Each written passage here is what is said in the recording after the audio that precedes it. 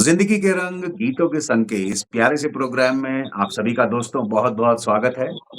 हम हमेशा ये कोशिश करते हैं कि इस प्रोग्राम में कोई राइटर, कोई एक्सपर्ट, कोई प्रबुद्ध इंसान जिन्होंने दुनिया को देखा हो, समझा हो और जिन्होंने अपने विचार, अपने थॉट प्रोसेस कुछ समझकर सबके सामने रखने की हिम्मत की हो।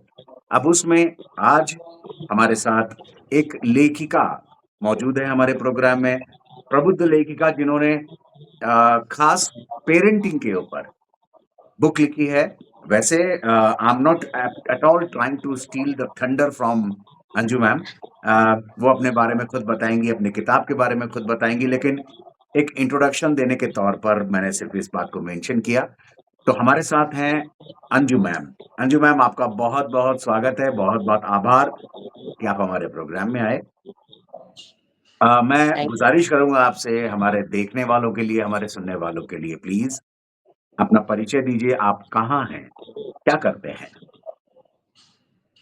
बिल्कुल। Thank you so much Sameer sir कि मुझे आपने ये अपॉर्चुनिटी दी आज यहाँ आने की। Before I say anything, this is my book and I am going to read out a few lines. Page please. number 114 of Over and Out, a guide on over parenting.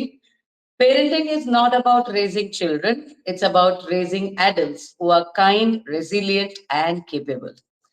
So yes, I am an ardent believer of this fact. मैं Anju Rajput Desai. I am a soft skills trainer, a parent coach, a yoga, a dance instructor, and I've also been a teacher. मैं गोवा में रहती हूँ sir, and I give my services pan India. I can also boast of having international clients आज की date में. Um, the book it has come from my 25 years of experience as a parent, a teacher, a soft skill trainer. Um, and yes, that is what I can say as I begin this interview of us. Fabulous, fabulous. दोस्तों, आपने सुना Anju ma'am क्या करते हैं, कहाँ रहते हैं। जो कुछ भी इन्होंने बताया दोस्तों, मुझे एक ही बात बहुत बहुत ज्यादा अच्छी लगी। सारी ही बातें बहुत बढ़िया हैं, लेकिन जिस बात से मैं रिजोनेट कर पा रहा हूं, और उस बात को मैंने आज तक उस एंगल से नहीं देखा जिस एंगल से अंजू मैम ने बताया। And that's why I sincerely sincerely believe कि ऑथर्स का थॉट प्रोसेस जो होता है वो बिल्कुल डिफरेंट होता है। उन्होंने किसी भी चीज को ना बहुत अलग अंदाज में समझा होता है। अंजू मैम ने अभी अपनी किताब में से पढ़ के बताया, parenting is not about raising children, parenting is about raising adults. That is so beautiful. हम तो यही सोचते आए कि पेरेंटिंग मतलब बच्चों को बड़ा करना है, बच्चों को सिखाना है, लेकिन उनको बड़ा करके बनाएंगे क्या? Adults. So we are actually in the process of making intelligent, प्रबुद्ध, समझदार एडल्ट्स। सो मेरे को बहुत क्लियर कट समझ में आ रहा है कि अंजू मैम की ये जो किताब है ये एडल्टहुड के बारे में है, how to make good adult out of children. That is beautiful, Absolutely. Amazing. So आपसे पूछना चाहूंगा, हम इस बुक के बारे में ही बात करेंगे मैम, ये पूरा प्रोग्राम उसी बुक के बारे में है। How exactly you got an idea of writing this book? कहाँ से आपको लगा कि मुझे पेरेंटिंग के बारे में लिखना चाहिए? You could have written any romance, maybe fiction, maybe sci-fi, maybe motivational, maybe कोई दुख भरी दास्तान, कुछ भी लिख सकते थे आप। तो आपने पेरेंटिंग ही क्यों चुना? बिल्कुल। ये किताब लिखने के लिए सर आई वुड से 3 हैं इसके प्रेरणा के स्रोत। 3 reasons I would like to quote here. The first one, like I said in the beginning only, कि मेरा 25 इयर्स का रिच एक्सपीरियंस रहा है। I am a mother to a 23 year old son and I have been an educator. तो मेरा जो है parenting का अपना एक रिच एक्सपीरियंस रहा है। I was a very devoted and dedicated mother to my son. The second reason I would quote is my mentor Manish sir, who actually brought out this author out of me. He is a parenting coach himself. Me and another 3,000 coaches, parenting coaches, we are a part of Deep Parenting, which is on a mission. Deep Parenting is on a mission to impact almost 30 million lives in the coming year. हम चाहते हैं कि हमारा ये जो mission है ये 30 million parents तक पहुंचे. Why is the third reason, because we as parents, even if we believe that we are becoming parents क्योंकि हम biologically भगवान ने हमको ये दिया है, but we are on national duty. Parenting is a national duty. अगर हम statistics देखें तो 10.6% people in India are suffering from some kind of mental disturbances. There are 6.9% people who are reported to have sibling rivalries. Crime का rate अगर देखा जाए हमारे देश में तो हर 1 लाख में 445 का रेट है सर हमारे देश में. और इसकी जड़ कहीं ना कहीं lies in the upbringing. It lies in the upbringing. So we are raising citizens of tomorrow. That is why I believe as a parent we are on national duty और ये हमारा कर्तव्य है कि हम इस रोल को समझें. That is why I thought that I should pen down what has come through my experiences. कह लीजिए मेरे अच्छे और बुरे दोनों एक्सपीरियंसेस को मैंने कोशिश की है कि किताब में लिखकर मेरे विचार लोगों तक पहुंचाऊं. बहुत खूब।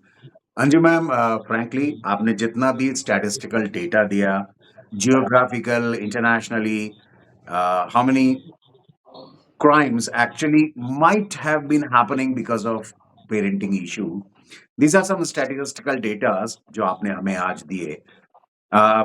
हमारे सुनने वालों के लिए, देखने वालों के लिए मैं बिल्कुल एक बेसिक सवाल आपसे पूछना चाहूंगा. क्या जब आपने डिसाइड किया कि मुझे ये बुक लिखनी है, पेरेंटिंग के बारे में लिखनी है, तो क्या कुछ आपकी जिंदगी में गुजरा या आपने कहीं होते हुए देखा जिसकी वजह से आपको अंदर तक एक बात हर्ट हुई या प्रोबेबली छू गई कि ये एक ऐसा टॉपिक है जिसके बारे में मुझे आपको मतलब डिस्कस करना चाहिए, गहराई से डिस्कस करना चाहिए. और तब मैं मानता हूं कि कोई भी ऑथर ऐसे बस यूं ही लिख नहीं देता, वो रिसर्च करता है, बहुत सारे डेटा निकालता है, लोगों से बात करता है, इंटरव्यू करता है. तो क्या कुछ ऐसी घटना हुई, कुछ ऐसा हुआ जिसकी वजह से आप मजबूर हो गई इस बारे में किताब लिखने के लिए? जी, बिल्कुल। जैसा मैंने आपको कहा कि मैं एक टीचर भी थी, I was also teaching students और भगवान की दया से मुझे यहाँ पे पणजी में जहाँ मैं रहती हूँ, मुझे कुछ एलीट स्कूल्स में पढ़ाने का मौका मिला, जहाँ ये सोसाइटी का जिसको हम कहेंगे क्रीम है। जो वेल टू डू फैमिलीज़ से आते हैं, जो जिनकी इनकम का लेवल जो है वो बाकी लोगों से काफ़ी अच्छा है, they are quite rich people. और मैं एक अर्बन सेटअप में रहती हूँ. हम जहाँ रहते हैं वहाँ पे अच्छी सोसाइटी है, they are all upper middle class से लेके रिच लोग जिनको हम कहेंगे, ऐसी वाली सोसाइटी है. And I get to see all aspects of modernity here. कि करेक्ट. मॉडर्निज्म किस दिशा में जा रहा है वो यहाँ देखने को मिलता है, क्योंकि ये बच्चों तक वो पहले आता है, क्योंकि वो लोग एफ्लुएंशियल फैमिलीज से हैं, तो इन तक जो एमिनिटीज हैं वो पहले आती हैं. So I got to see it with that angle. वैसे ट्रेनर के रोल में मैं बहुत बच्चों से मिलती हूँ. आई गो टू स्टूडेंट्स जो अंडर प्रिविलेज्ड हैं. आई गो टू स्कूल्स जहाँ पे बच्चों को पहनने ओढ़ने तक के वहां पे डिफिकल्टीज है, चैलेंजेस हैं. And then I teach in another school. I have taught in another school जहाँ क्रीम है, दे सब कुछ है, उनके पास पैसा है, खाना पीना है, इट्स वे बियॉन्ड. उसमें जो दोनों के बीच में, दोनों स्ट्रेटा के बीच में जो डिफरेंस है ना, वो देख के मैं हिंदी में शब्द नहीं आ रहा है. I was एपार्ड.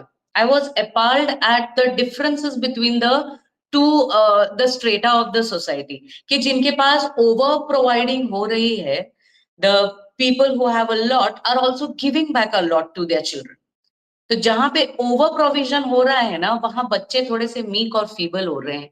And the country will not only need children who are well fed, who are obese, who are relaxing, who are couch potatoes. We will need people, we will need strong statesmen, we will need good lawyers, we will need administrators. इस society को अगर sustain करना है, संस्कारों के रूप में culture को अगर प्रिजर्व करना है, तो we will need people, parents who are taking up the responsibility. Sir मुझे ऐसा लग रहा है कि कहीं ना कहीं लोग मॉडर्निज्म में खोए जा रहे हैं. They are getting carried away. and they need to work it out. We as a society need to work it out, and I owe a responsibility on my shoulders too. अगर मुझे ये विचार आ रहे हैं तो मुझे प्रकट करने चाहिए बिल्कुल. And that's the reason I took this up. And yes, like I said कि मैं एक parenting coach हूँ. I've been trained to think on these lines. We are a agglomeration of so many parenting coaches. The book is based on a lot of psychological facts and validated theories. Okay Yes.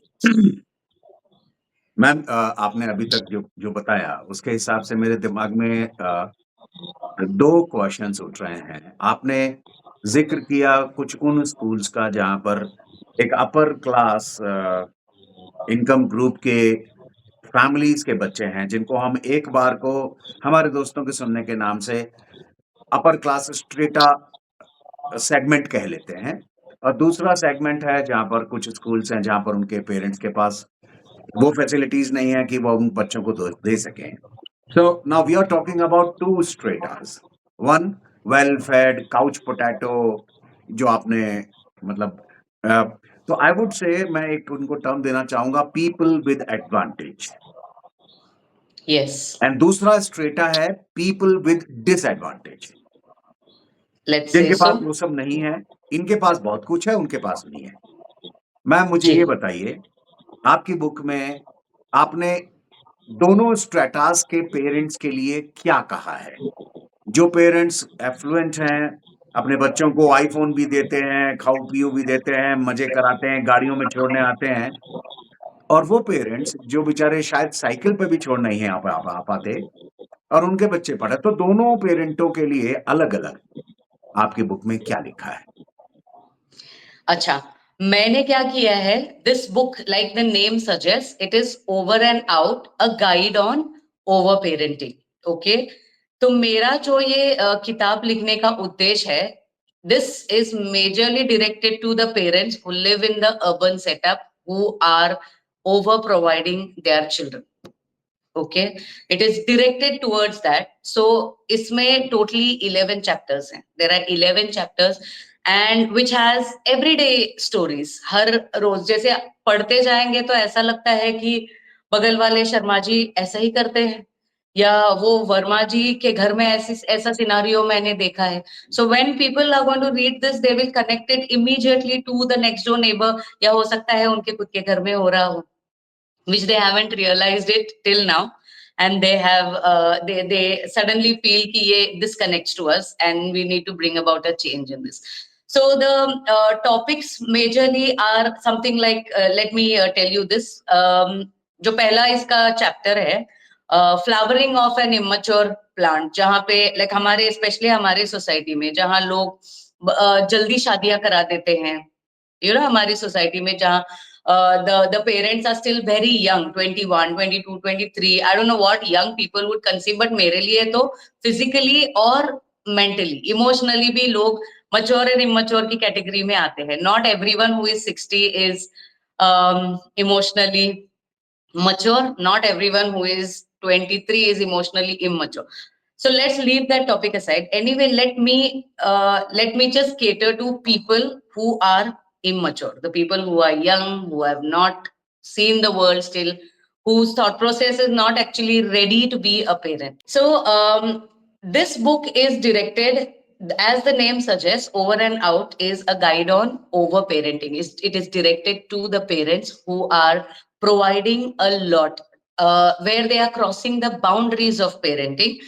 ऐसे parents को direct किया हुआ ये किताब है, और इसमें 11 chapters हैं. 11 चैप्टर्स जो एवरीडे लाइफ की स्टोरीज इसमें मैंने मेंशन की हैं. द स्टोरीज विच में relate to them instantly.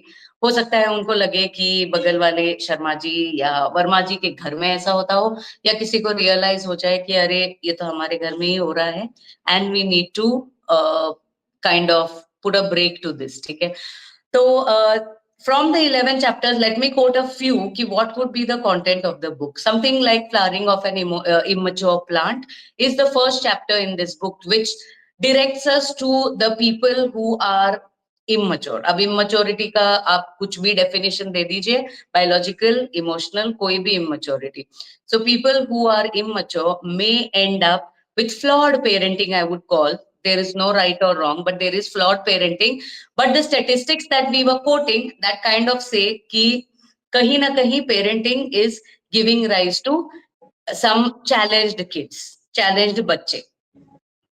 So people who are immature impacts their parenting styles also. Okay, so there is a solution given to what has to be done when immature parenting is happening. Okay, then there is another topic which deals with incompatible partners, incompatible people in a marriage, which is the title, matches not made in heaven. Incompatible partners again give rise to flawed parenting practices, and that is the reason we see children with difficult behaviors. We call it, as an educator, I call it children with difficult behaviors, क्योंकि वो जब बाहर जाते हैं समाज में तो और लोगों को भी उनके साथ डील करना पड़ता है. So these people are sometimes difficult to deal with. There are many other chapters also, like my dream has to be your dream, or parenting Olympics. या वो मेरे दिल के थोड़ा करीब है. मैं और बताऊंगी इसके बारे में जैसे आएगा ये टॉपिक आगे. बट मेरी किताब में सारे रीजंस भी हैं why exactly over parenting may happen, and I have also tried to suggest through my experience, my experience as a parent and also a parenting coach and educator, what can be some of the solutions to these kind of challenges. Okay, amazingly beautiful. मैं rather ये question आपसे पूछना ही चाह रहा था कि आपकी book का स्ट्रक्चर क्या है? How kind of what kind of language you might have used in your book? I sincerely understand that the book is in English, right, ma'am? Yes. Okay. And I wanted to ask you about the structure. तो आपने बता दिया कि chapter wise है, कुछ chapters के आपने नाम भी बताए. I would sincerely request all my viewers and listeners, अगर वो आपकी अंजू मैम की बुक के बारे में इंटरेस्टेड हो रहे हो, so they should always go on Amazon and purchase this book and can find out how exactly it is being written. But preliminary prima facie Anju ma'am ने हमें बताया कि स्ट्रक्चर क्या है इसका. अमेजिंग. आपने बताया कि कहाँ से पेरेंटिंग के इश्यूज जनरेट होते हैं और आपने उनके सॉल्यूशंस भी सजेस्ट किए as a parenting coach and as an educator. Yes. Amazing. Ma'am, the facility which we are utilizing right now is called digital. हमारा युग जो है ना वो डिजिटल हो चुका है. मैं मजाक में हम बहुत सारे लोगों को मैं बोलता रहता हूँ मजाक में. ओके, अब इस डिजिटल ग्रुप में देखिए ना, मैं आपके सामने, आप कहाँ बैठी हैं, मैं कहाँ पे बैठा हूँ, but still we are talking. और आज के डिजिटल युग में ऐसा लगता है कि हमको समोसा खाना हो तो हम प्रिंट आउट निकाल सकते. Yeah, because digital group hai, so we don't have to go to a shop and purchase a samosa and eat. Let's take out a printout. And मेहमान आए होंगे तो we'll take 5 printouts. उनको भी दे देंगे कि लो सर आप भी खाओ हम भी खाते. डिजिटल है. सर अभी हमने मेरे बेटे का बर्थडे मनाया, ई बर्थडे, और हमने केक भी खिलाए एक दूसरे को. हम यहाँ काट रहे हैं, वो वहाँ खा रहे हैं. How cute is that, right? How cute is that? So digital युग में, डिजिटल इरा में ये जो पेरेंटिंग का इश्यू होता है, बच्चों की परवरिश का इश्यू है, इसको कैसे हैंडल करें? इसका क्या सजेशन दिया आपने? डिजिटलाइज्ड ग्रुप की बात कर रहा हूं मैं. Sir let me tell you, जैसा आपने कहा बर्थडेज तक हम ई वाले मना रहे हैं, राखी मन रही है.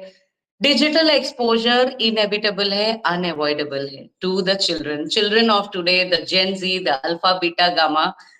दे आर डिजिटली हाईटेक है सब आजकल, और उनको एक्सपोजर हम रोक नहीं सकते हैं, हम चाहे जितना भी बोल लें.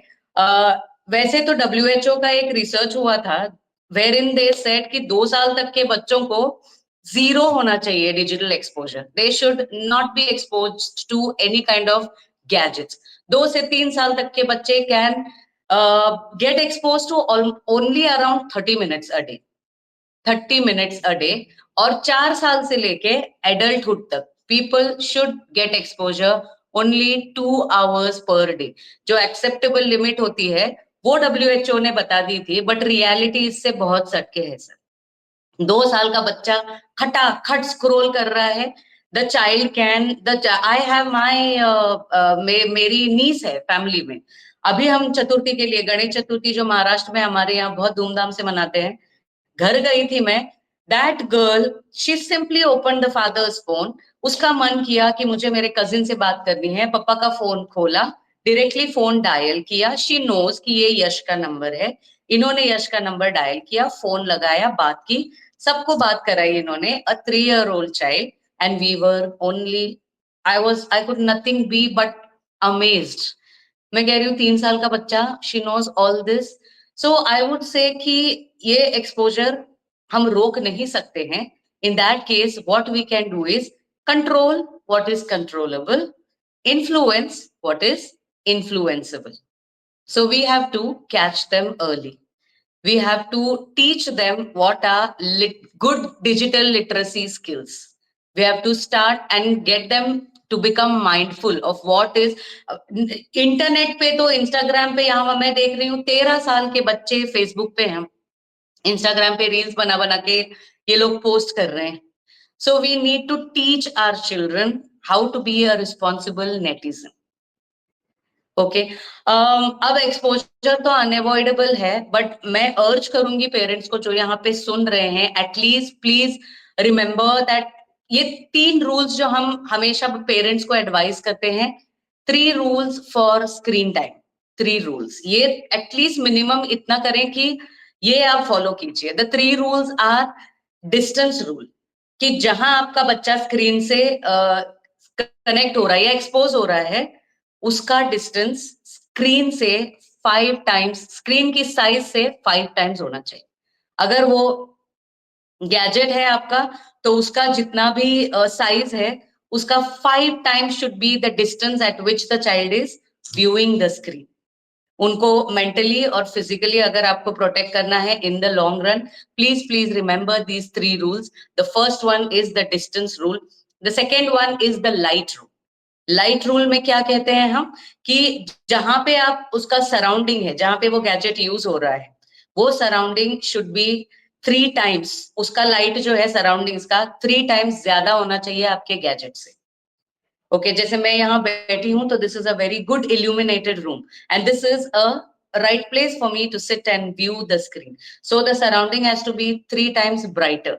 जो बच्चे रात में लाइट ऑफ करके स्क्रीन देख रहे हैं sir, this is absolutely not done. Parents should make sure the children are not engaging in this practice. उनको फिजिकली और क्या कहते हैं मेंटली इसका डैमेज का वो भुगतना पड़ेगा in the long run. Okay, sleep disorders, there are concentration disorders because of these practices. Second rule was the light rule, and the third rule is the angle rule. आजकल क्या है, हम कहते हैं लैपटॉप पे रख के कितनी देर करेंगे, गर्दन यूं बेंड करके। How long are you going to work on the laptop? if the gadget is on your lap more than 10 minutes, please ensure the child is watching the gadget at eye level. There are apps available, there are some क्या कहते हैं aids available, जिससे आप आपका phone हो या laptop हो, आई level पे रख सकते हैं। 3 rules for good screen exposure: distance, light and angle. That is what I could suggest the parents. All right. Amazingly beautiful. Ma'am, I would sincerely like to apologize here because I'm going to play some devil's advocate now. Because मैं चाहता हूं कि आपकी किताब से जो real essence है वो हमारे सुनने वालों तक पहुंचे, और फिर वो लोग आपकी किताब की तरफ अट्रैक्ट होकर रियली वो इन डेप्थ जाने की कोशिश करें।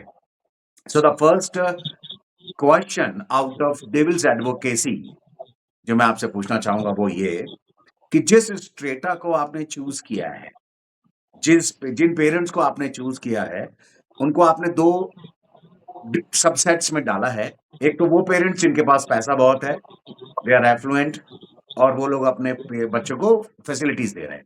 दूसरा सबसेट आपने चूज किया है जहां पर उनकी जो कपल है, उनकी जो कंपैटिबिलिटी है वो कहीं पर कॉम्प्रोमाइज्ड है, या तो कंपैटिबिलिटी नहीं है, इंटेलेक्चुअल कंपैटिबिलिटी नहीं है, या फिर वो कम एज के पेरेंट्स हैं, लेकिन वो आते इसी स्ट्रेटा में है। अभी हम गरीब लोगों की बात नहीं कर रहे हैं। ओके, नाउ ये दोनों तरीके के subsets, young parents and the affluent parents.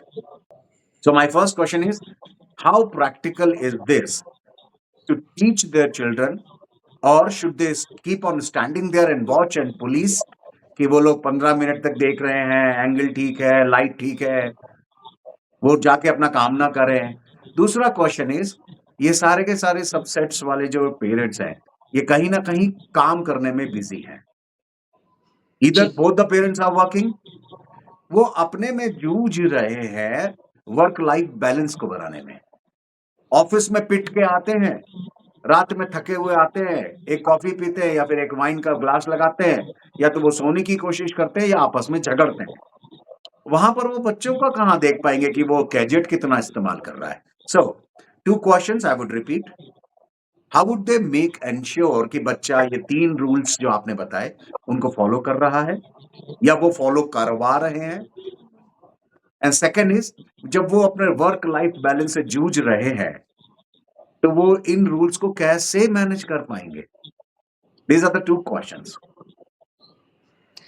Okay, आपने तो सवाल को 2 हिस्सों में डिवाइड कर दिया, लेकिन मेरा जो जवाब है, it's going to be one, some aggregate of both the questions. Good, okay, it's going to be good, some aggregate of both. Yes, पहला तो ये है कि मैं मान रही हूँ पेरेंट्स आजकल बिजी हैं। ये तो आजकल के जनरेशन का, I mean these are some of the one of the biggest challenge कि हम न्यूक्लियर फैमिलीज में रह रहे हैं, सपोर्ट सिस्टम नहीं है जैसे पहले था। पहले क्या जॉइंट फैमिलीज थी, एल्डर्स का हमको सपोर्ट मिल रहा था। ओके, तो I understand parents are themselves dealing with a lot of challenges, उसमें उनको पेरेंटिंग का रोल लेना पड़ रहा है। That kind of also brings us to the question कि traditionally, especially Indian society में, लोग parenting choose क्यों करते हैं? It either comes, the choice of being a parent either comes traditionally, जैसे जैसे हमारे वंश को आगे बढ़ाना है, तो अब हमने पेरेंटिंग का रोल उठा लिया, ठीक है। माँ बाप बोल रहे हैं, शादी होते से उनके ऊपर प्रेशर आ जाता है कपल्स पे। So when are you giving the good news, कब आ रहा है, कब आ रहा है? That is one traditional consideration parenting के लिए जो हम लेते हैं हमारी सोसाइटी में। द सेकेंड वन इज, चलिए ज्यादा से ज्यादा कहाँ एक्सटेंड हो गया, एम आई फाइनेंशियली स्टेबल? ठीक है, एम आई बायोलॉजिकली फाइनेंशियली स्टेबल? कर लेते हैं, let us become parents, which is not the right consideration to become a parent. Avval to, okay, that has to change. That is why we said we plan to impact 30 million parents in the days to come. Okay, parenting should be a conscious choice. It has to be a conscious choice. It has to be, I would say, please read, educate and build the mindset कि with parenting आपके सामने ये थोड़े बहुत challenges आने वाले। Okay, as a parent is going to be like that मूर्तिकार, जो मूर्ति को जो तैयार कर रहा है। You will have to at least build that emotional resilience and the patience कि भाई yes, I am going to bring up another individual. That is what I said when I said कि some emotionally immature parents, ये लोग खुद immature हैं और ये parenting के रोल में उतर जाते हैं, तो वहां पे थोड़ा सा it becomes challenging. However, what is the solution to this work life balance now? Let us not put all parents in that. Okay, कुछ लोग मजबूरी की वजह से, कुछ लोग जो भी आप कह लें, because of the society that we are living, work life balance is a challenge in today's day.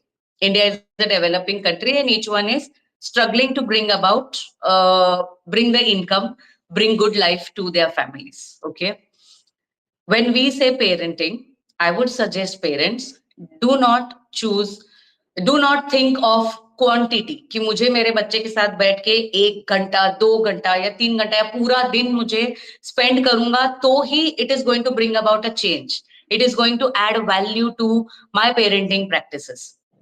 Please choose quality over quantity. There is a concept called as quality time. जरूरी नहीं है कि आप पूरा दिन संडे को बच्चों के साथ बैठे रहें, फिर आप अपना मनोरंजन कर रहे हैं, रील्स देख रहे हैं, बट यू थिंक कि मैं मेरे बच्चे के साथ आज पूरा दिन मैंने स्पेंड किया। आप you are not doing justice to that role, कोई फायदा भी नहीं। Okay, so why don't we find another way and we choose quality over it? What is the concept of quality time?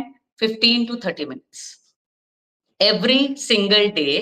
आप आपने पेरेंटिंग का role उठाया है भाई, आप एक अनदर इंडिविजुअल, एक और पर्सनालिटी को शेप कर रहे हो, तो उस रोल के लिए 15 से 30 मिनट तो बनते हैं। You should be able to bring, और मैं ऐसा नहीं कह रही हूँ कि सब छोड़ो और जाके बस 15-30 मिनट आप बैठे रहो। You can play with your children. अगर आप कुछ कर रहे हो, उनको साथ में ले लीजिए खेलने के लिए, अनइंटरप्टेड, अनगाइडेड, अनसुपरवाइज, जहां पे आप एक पेरेंट बन के एक सुपरवाइजरी माइंडसेट के साथ नहीं बैठे हो, वहां पे आप सिखा नहीं रहे हो, आप खुद भी तो एंजॉय करोगे। That's a stress buster for you as well, है ना? So leave everything, just play with your child, structured unstructured play. आप चेस खेल सकते हैं, कार्ड्स उठा लीजिए, कितने सारे गेम्स है, छुपन छुपाई है, बहुत सारे गेम्स है, आप वो खेल लीजिए बच्चों के साथ। बिल्कुल वो नहीं कर पा रहे हैं, why don't you involve your child in your cooking activities? अगर मदर है, उनके पास 15 से 30 मिनट है, आज खाना बना रहे हैं, बच्चों को बुला लीजिए, come on let's cook something, let's do it together. और वो कुकिंग करते करते आप जो टाइम एक दूसरे के साथ स्पेंड कर रहे हो ना, believe me, that is bonding time, that is quality time, and you don't have to spare an extra hour to do that. You can take up other chores also, gardening हो गया, art activities हो गई, भाई time manage करने के लिए तो बहुत सारी strategies हैं। There are a lot of strategies. Parents need to only be mindful and find how I am going to prioritize and schedule. I would also suggest जो busy parents हैं, please leverage your support systems. देखिए कैसे आप कर पाओगे ये, आपके आसपास लोग हैं, आपके घर में एल्डर्स हैं, there are support system outside. We parenting coaches are sitting here to help. We are sitting here to consult and guide. लेकिन ये स्पेशली इंडिया में लोगों को ऐसा लगता है पेरेंट कोच वो क्या होता है, उसकी हमको क्या जरूरत है, we don't need. Okay, people think like that. No, we need it. You see how little mistakes of today can impact the children in the long run. Please leverage the support system which are around you. I know कि parenting cannot be perfect. तो इसीलिए आपको थोड़ा सा you will have to be kind to yourself also. Please be kind to yourself. Know that there is no perfect parenting, but yes, give your best to the role that you have taken up. Yes, give your best to the role that you have taken up. Then there are no excuses because you're raising another individual, है ना? So we have simplified it, cut it down, made it so small and simple for you. Try and use it, dear parents. Alright. Ma'am, हमारे देखने वालों के लिए, हमारे सुनने वालों के लिए जो आपकी बुक के बारे में सुन रहे हैं, एवरीबॉडी ऑन दिस अर्थ, वो कितना भी प्रबुद्ध हो, कितना इंटेलिजेंट हो, कितना वेल्दी हो, कितना गरीब हो, कितना पढ़ा लिखा ना हो, सबको स्टोरीज बहुत पसंद होती है।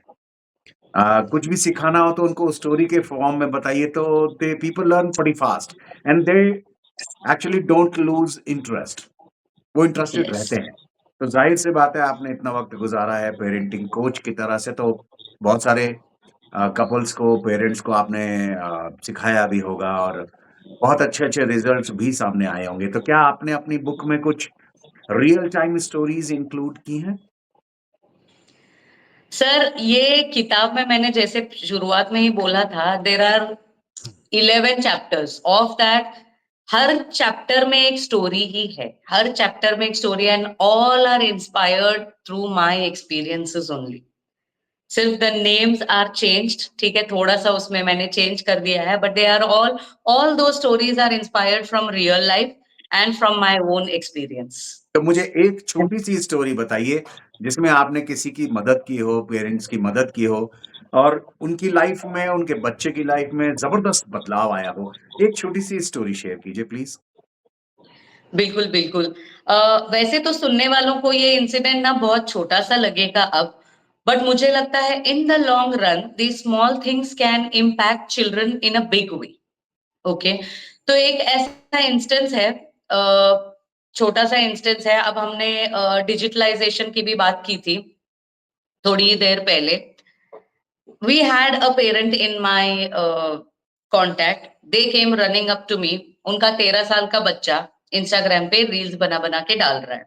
ओके अब वो जहां पढ़ रहे हैं, द एनवायरमेंट कल्चर भी वहां का ऐसा ही है. वो अकेला बच्चा नहीं है. जाहिर है बच्चे पीयर प्रेशर में आ जाते हैं, and at that age when they are preteens and teens, वो और भी इन्फ्लुएंस होते हैं विद देयर सराउंडिंग्स. सो वो और उसका एक सर्कल जो है, वो सारे इंस्टाग्राम पे इन्होंने अकाउंट खोला, and they have started posting their reels. Problem कब हुई? जब उन्हीं के एज का एक लड़का, ये जो रील्स पोस्ट कर रही थी, ये एक she is a girl child, another boy of the same age, of her same class, came onto Instagram and publicly made some comments. Now we can understand 12, 13-year-old children, they do not, and especially जब parents ने उनको, they have not given them any training on how to be a responsible netizen. जैसे ये आपस में face to face बात करते हैं, ऐसे इन्होंने पब्लिकली इंस्टाग्राम पे कमेंट कर दिया. Okay now the parent has approached me कि ये ऐसा ऐसा हुआ है, and we as a family we are very disturbed. I do not want that child to come in contact, and both are from influential families. बताइए, the parent is ready to go and fight, and I want to go and I'm going to tell the parent, और ये लड़ने के लिए तैयार हैं आपस में. What are they trying to do? They are not realizing कि अव्वल तो हमने 13 साल के बच्चे को इंस्टाग्राम पे अकाउंट खोलने दिया, और वहां पे हम अब उसको we are trying to moral police other children.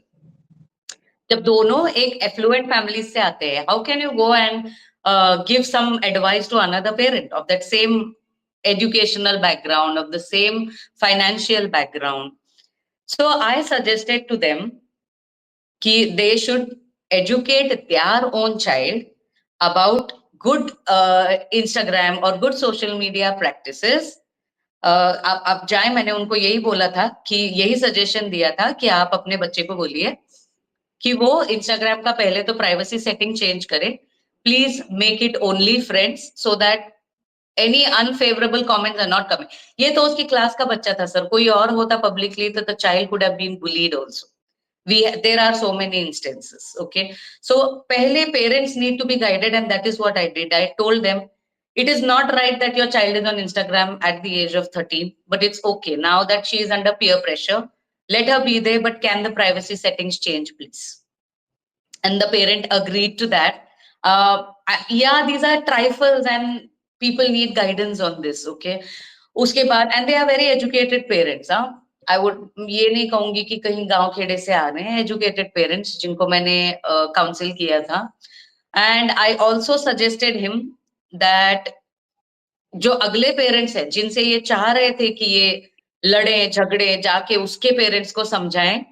I only suggested him कि आप पहले ना अपने बच्चे से बात करो, and after that you go and you simply tell in the presence of the parents. आप जाएं और अच्छे से उनसे सिर्फ पहले एक फ्रेंडली टॉक करें, and you let them know कि ऐसा हुआ है. they knew each other also, and the problem was sorted with a trifle. नहीं तो मुझे लगता है कि एक और relationship would have gone sour with that. बड़े adults लड़ रहे हैं, and it would have been continued for a long long time. छोटी सी एक गलती and it could affect their relationships for a long time. And in the role of an educator, I did avoid this. I'm glad. इस तरीके की problem आप कैसे handle करते हो ma'am? What exactly did you write about this handling arrogance in your book? Because arrogance के शिकार ये बेचारे छोटे छोटे मासूम बच्चे हो रहे हैं. तो गलती तो सारी पेरेंट्स की है, बच्चों के ऊपर क्यों डाली जा रही है बात? Absolutely. What do you want to say about that, ma'am? This book at several instances, I think almost maximum chapters में ये बात फूट फूट के बाहर निकल रही है that as a parent, the first thing that you need to do is regulate your own emotions. आप चाह रहे हैं कि बच्चे में कोई डिजायर्ड बिहेवियर हो, बच्चा इस तरह चिल्ला के क्यों बात कर रहे हो तुम, ठीक है, क्यों गालियां दी, कहां से सीखी तुमने ये गालियां? We are telling that, but we are not, we are forgetting आप उसको भले बोल दो कि वो मत करो, ये मत करो, वो मत करो, वो कुछ नहीं सुन रहा है, वो देख रहा है. Children are observing and they are following your footsteps. They are not listening to you. Let me tell this crystal clear to parents. If you want a desired behavior in your child, you need to role model it first. You need to first be a role model and then teach.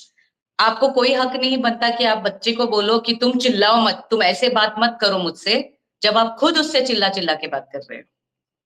The child is not listening, the child is observing Watching. at different points. So yes, the child is watching you and following your footsteps. For the child, you are the role model. कितने ही बच्चों से पूछ लो.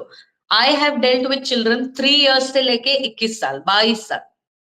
वहां पर भी मैं student से बात करती हूँ. जब भी उनसे पूछा जाए आपका रोल मॉडल कौन है, बच्चे कहते हैं मेरे मम्मी पापा. मेरे mummy papa is Right. the role model. They are not even. Leave aside some children who are following Salman Khan, Shah Rukh Khan, Akshay Kumar. आधे से ज्यादा, क्या हम 75 उससे ज्यादा परसेंटेज बच्चे जो हैं वो अपने पेरेंट्स को रोल मॉडल मानते हैं. जो पेरेंट्स कर रहे हैं हमको उन्हीं के पद चिन्हों पे चलना है, is what they believe. So the first thing I suggest to parents is please start role modeling the behavior that you are accepting from your children. बच्चों से जो आप अपेक्षा कर रहे हो वो आप शुरू कर दो, ठीक है. फिर बाकी पेरेंट्स के लिए, और देखो इमोशनल, मैं क्या सोचती हूँ, मेरी ये जो जर्नी है, I talk about this frequently. For me success in life does not come only out of academic degrees. आप पीएचडी कर लो, आप बड़े बड़े लॉयर बन जाओ, आप आईएएस आईपीएस ऑफिसर बन जाओ. People succeed in life because of their personality. Education will take you to the doorstep of a particular profession or success. वहां से अगर आपको आगे बढ़ना है तो आपको अपनी पर्सनैलिटी पे काम करना है. And when we talk about personality, emotional regulation becomes top. मुझे नहीं लगता कोई आईएएस आईपीएस लॉयर जज कोई भी है जिसका बैड टेम्परामेंट है उसको आसपास कोई भी झेलता होगा. I don't think people who are working at successful positions, they know how to deal with people around them. वो emotional regulation, वो जो उनका intrapersonal intelligence है, self awareness है, that has to creep in. तभी वो आगे आगे बढ़ते जाते. So for emotional regulation, I have suggested some practices like mindfulness. Mindfulness is one practice. Meditation तो कई बार हम सुनते हैं जहां पे आप रुक के सीरियसली आप ब्रीदिंग पे फोकस कर रहे हो initially, okay, and you are getting your breath to stabilise. Meditation है. देन देयर इज माइंडफुलनेस जहां पे आप everyday instances, when you're talking, when you're doing your everyday work, आप सोच सोच के कर रहे हो, okay, you're not just rushing into something unless it is a muscular activity जहां पे आपको इतना सोचने की जरूरत नहीं है, मल्टीटास्किंग कर रहे हो, है ना. तो when you're doing something where your intellect, your emotion is involved, I suggest please become mindful everyone. बहुत नया नाम नया है बट प्रैक्टिस बहुत पुरानी है. बड़े बूढ़े कह के गए हैं कुछ कहने से पहले सोचो, सोच के बोला करो. यही है mindfulness. When we say is that only. पहले थोड़ा सा सोच लीजिए and then you go. which also brings me to stop, think and deliver, STD. Please stop. Whenever your emotions are charged, when I say charged, it is above the level of balance. अगर balance यहाँ है तो ये और ये दोनों is off balance. So when your emotions बहुत ऊपर चले गए, बहुत गुस्सा है, या आप कोई भी इमोशन ले लो, डिप्रेस हो, दुखी हो, आपका बैलेंस शेक हो गया है वहां पे, एनी टाइम प्लीज स्टॉप. पहले तो stop talking, stop doing, think. क्या है, क्यों है, कैसा है, क्या कर सकते हैं, ऐसा करने से क्या होगा आगे, and then deliver what you want to deliver. और ये प्रैक्टिस सर प्रैक्टिस से ही आएगा. जितना भी मर्जी क्लासरूम में बैठ के हम ये बोलेंगे ना 50 लोगों को, ये जब शुरू होगा तभी ये आएगा. It starts with a trifle and it takes you to the highest level. It can make you an amazing human being, but the practice has to start. Yes. Beautiful, beautiful. Ma'am आपने बहुत लंबी और बहुत मुश्किल जंग छेड़ी है I don't know how much time it is going to really make a seriously significant change in our society or in these parents.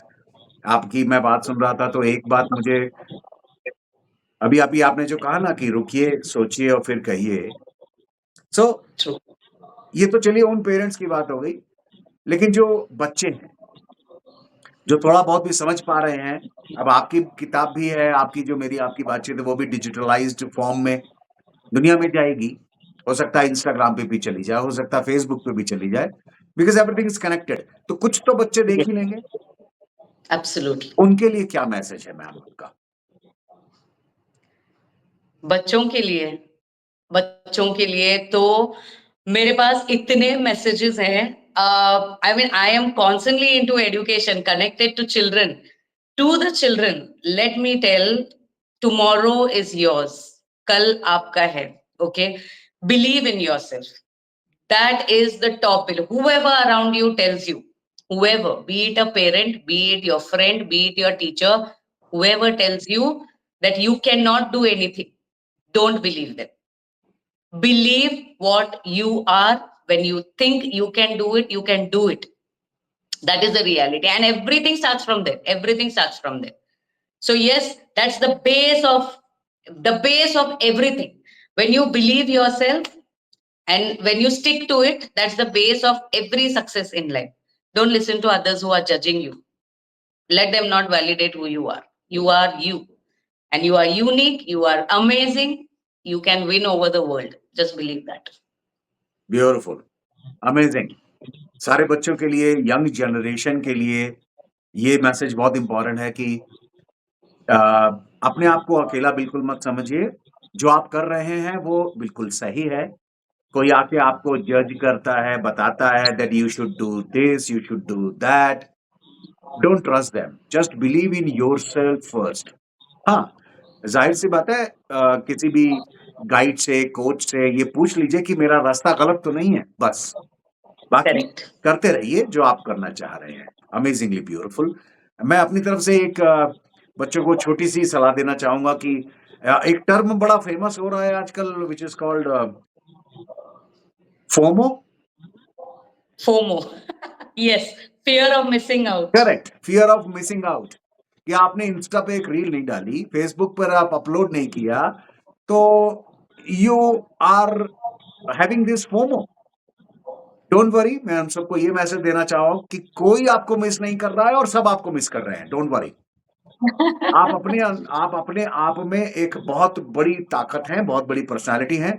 सारी दुनिया देखकर आपको ताली बजाएगी तभी आपका एग्जिस्टेंस सफल माना जाएगा, ऐसा नहीं है। Absolutely. ऐसा नहीं है। आप अपने आप में बहुत पावरफुल चीज़ हैं। You don't need validations from people that you are beautiful, that you are good. No, you don't need that. आप अपने आप कॉन्फिडेंस रहिए, खुश रहिए एंड फोमो को अपनी ज़िंदगी से हटा दीजिए। क्योंकि फोमो की वजह से ही बच्चे इंस्टाग्राम और फ़ोन में घुसे रहते हैं। सर, ऑल्सो इंस्टाग्राम, और उससे मुझे याद आ रहा है, ये बच्चे ना फिजिक पे बहुत ध्यान देते हैं। हर बच्चा जिम में जा रहा है and they want to look good. I would say जितना आप बॉडी के मसल पे काम कर रहे हो ना, मेंटल मसल पे भी उतना ही काम करो। Let that muscle be stronger, yes, at every point of time. That will absolutely, take you. Absolutely beautiful, absolutely beautiful. So, ma'am, in the end, I would just like to request you to speak to our viewers जो list सुनने वाले हैं, आपकी book को वो एक बार फिर से कंसल्ट करने वाले हैं, आपसे प्रोबेबली बात करने वाले हैं, बिकॉज़ उनको एक हो सकता है एक आशा की किरण दिखी हो कि ठीक है, शायद हम अपने घर की जो इश्यूज़ चल रहे हैं, बच्चों से हमारी बातचीत नहीं हो रही है और बच्चे हमारे डिस्टर्ब हो रहे हैं, उनके लिए हमें कुछ सॉल्यूशन मिल जाए। Without exposing their own faults, without exposing their own identities, probably they would like to talk to you कि चुपके चुपके आप हमारी हेल्प कर दीजिए। उन सब के लिए क्या कहना चाहोगे मैम? देखिए, मैं पेरेंट्स से फिर से यही रिक्वेस्ट करना चाह रही हूँ कि आप सोचें कि आप एक मूर्तिकार हो और आप एक मूर्ति को आकार दे रहे हो। It will take time, it will take effort, it will take patience. Okay, लेकिन जब वो मूर्ति आपकी जितनी खूबसूरत बन के तैयार होगी ना, आप उस पर गर्व करोगे। Certainly, children are not going to remain children forever. कुछ साल की बात है, ये बड़े हो जाएंगे। अब आपको लग रहा है कि अरे यार कितना परेशान कर रहा है, अरे यार कितना सताता है। मेरी बात ना आप सच में गांठ बांध के रख लो। बड़े हो जाएंगे ना, घर से चले जाएंगे, आप मिस करते रहोगे वही शोर शराबा, वही या घर में जो फैले रहते हैं खिलौने, आप ये मिस करोगे। They will not remain children for ever. Please make this journey memorable. Please focus on creating a bond with the child. जो बच जाएगा ना आखिर में किसी भी मुश्किल सिचुएशन में, वो है आपके साथ उस बच्चे का बॉन्ड। अगर वो इमोशनली आपसे कनेक्टेड है तो आपका जो रिश्ता है किसी भी तूफान को झेल लेगा। Please, yes, of course, we are here to raise independent, responsible children. More than that, focus on creating a bond with your child, ताकि आपका रिश्ता ऐसे ही लंबे टाइम तक चलता रहे। Please make their journeys memorable. Let them remember, yes, I'm always there to connect with you. Parenting counselling का जो प्रोसेस है, इट भले आप अपना नाम ना बताएं या, but I will need the entire information. जब तक मुझे उसका पूरा बैकग्राउंड समझ में नहीं आएगा, I will not be in a position to help anybody. Okay, so that's how counselling takes us forward. You will have to trust us with your difficulties. We are here to help you. आपको हमको trust करना पड़ेगा, and you will have to approach us, and you will have to give me the entire facts. जैसे कहते हैं ना, doctor और lawyer से कुछ छुपाना नहीं चाहिए, बैकफायर करेगा। ऐसा ही होता है काउंसलिंग के साथ भी। सो the transparency you keep in that, I'll be able to guide you and help you that much. Okay, everyone, do connect with me. I am always there to help you. और if you think अभी तो इतना जरूरत नहीं है counselling का, किताब पढ़ लेते हैं, please go ahead, read self help books. मेरी किताब Amazon पे अवेलेबल है। Go ahead and read the book everyone, so you get some insights out of it. उसके बियॉन्ड कुछ हेल्प चाहिए, we are always there in any city you want. यहाँ पे नहीं कर सकते, फिजिकली जाना है, I will connect you to someone who is present in your own city. We are a network of 3000 coaches. Wow. A lot of people are there looking forward to help you, support you, to be efficient, be mindful in your role as a parent. Reach out to us. We are there. Fabulous. Fabulous. Thank you so very much, Anju ma'am. Thank you so very much. ये programme seriously मुझे लग रहा है बहुत productive रहेगा, सब लोगों के लिए बहुत हेल्पफुल रहेगा। ये एक Thank you, sir. कैंपेन शुरू हो रहा है। बहुत सारे लोग इस बारे में सोच रहे हैं, बात कर रहे हैं, और आज हमने बहुत डिटेल में इस बारे में बात किया। जी। दोस्तों, I would like to thank Anju ma'am, जिन्होंने वक्त निकाला, हमसे बात की। Thank you so much ma'am. Sir, it's absolutely my pleasure. And आपके जो भाई साहब हैं रजत जी, जो पणजी में रहते हैं, मैं उनका भी शुक्रगुजार करना चाहूंगी यहाँ ओपन फोरम में, for connecting me with you. It was such a pleasure talking, interacting with you. Thank you so much. Thank you. Thank you so much, ma'am. Pleasure is mine.